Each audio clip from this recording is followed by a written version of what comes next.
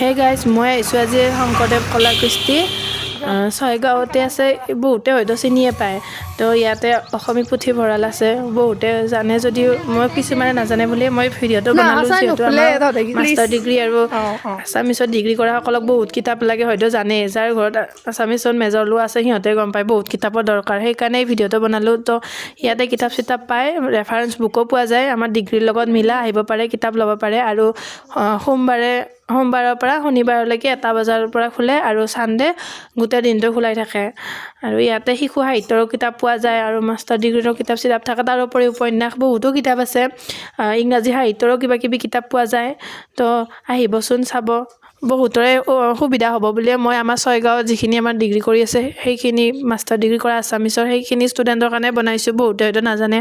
আৰু জানিবও পাৰে ময়ো দুখনমান কিতাপ লৈ ল'লোঁ আৰু মোৰ লগৰ কেইজনে কিবা কিতাপ চাই আছে সিহঁতেও ল'ব তো এতিয়া কিতাপ চিতাপ ল'লোঁ লৈ আৰু ঘৰতো ভৰ্তিলৈ আহিবচোন আপোনালোকেও